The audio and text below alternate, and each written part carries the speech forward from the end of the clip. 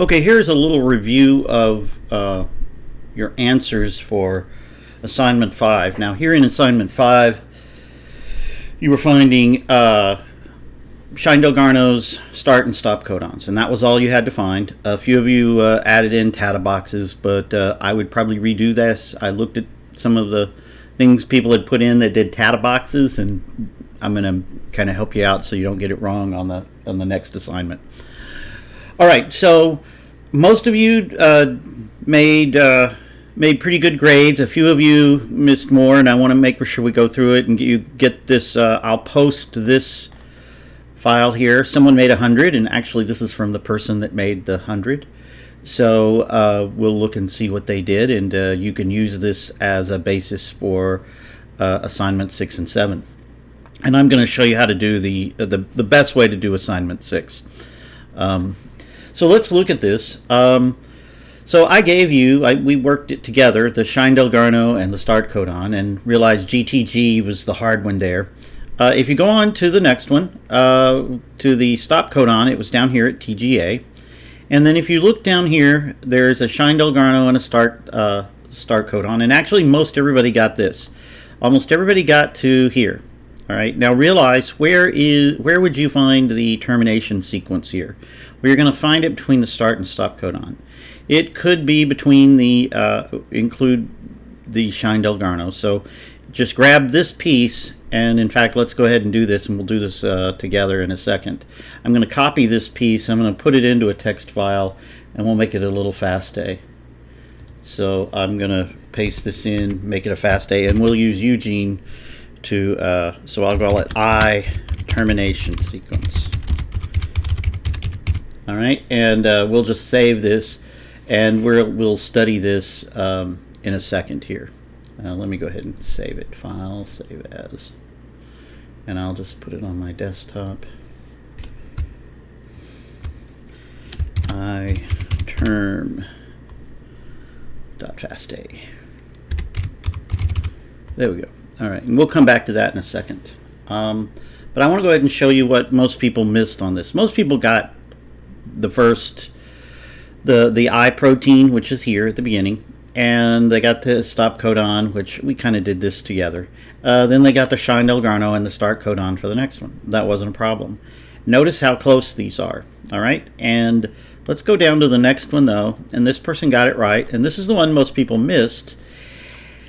And I think I know the reason. Here's the stop codon. All right, here's the Shine-Delgarno, but probably you look for the start codon first, and here it is, ATG. But this is not the ATG that most people picked. And why? Because it's at the start of a new line.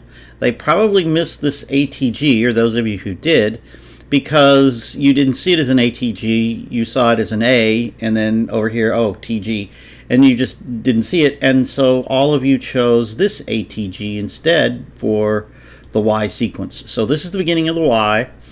Realize that this one was the beginning of Z, so Z, Y, and here's your start code. This is where most people said the start codon was, but it was really right here, and this is the first start codon after the stop codon you choose, and then the closest sets of high AG content was right here, really close. Look how close that is.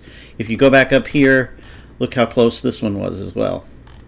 All right, so ATG, start codon, we're good. Stop codon for Z, Shine-Delgarno, start codon for Y. Some of you didn't see that and made this the start codon. All right, and then you go down, and I think most people got the stop codon here, and they got the A protein. They got the start codon and the Shine-Delgarno for that. So realize it's pretty close. It's not like it says, I think 30 is a maximum, but it's in this particular operon, it's pretty darn close. And then here's your stop down here. So I'm going to post this file right here. It doesn't have a name on it. I don't want to embarrass, but the person who did made 100. They got everything right. Everything's in the right order, and it's in the right place. So you can use this as your basis for finding the termination sequences and the finding the Tata boxes and the O's and the cap. So let's next look at the termination sequence that we created. So if you remember what we did, we went down here and I said it's going to be between the stop codon and the start codon. So we grabbed this piece of sequence right here, and I put it in here, and we call this the I termination sequence. Now, the best way to actually find termination, you can try mfold. You could try putting that piece into mfold and see what you get. I usually use a longer sequence for that, and most people probably would, but you don't always know where the start and stop codons are, so you can't always do what we're able to do because we know more about the sequence. But let's go to Eugene and let's open up the dot plot program and let's load our iTerm FASTA.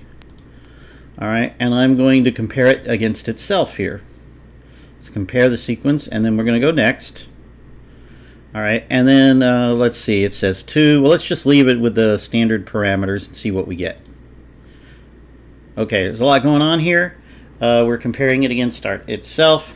There's a lot of repetitive stuff here, so this is too much, though it is identical, so we're good with that.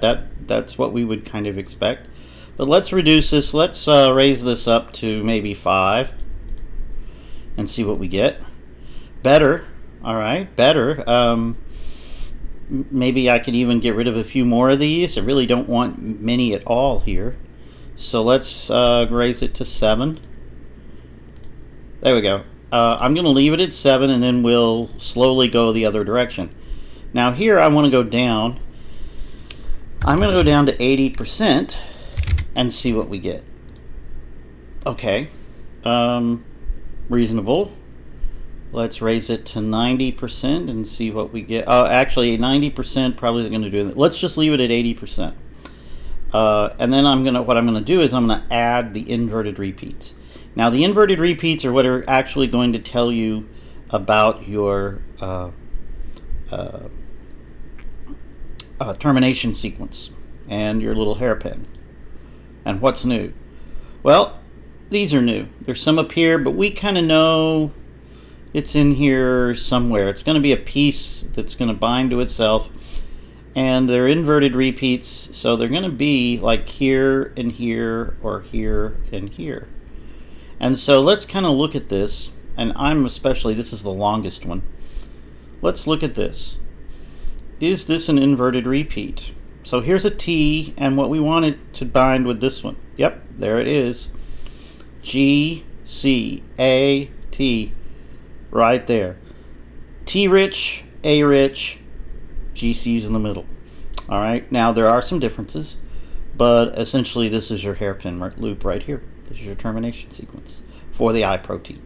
Now there are some other things up here. They're not quite as long.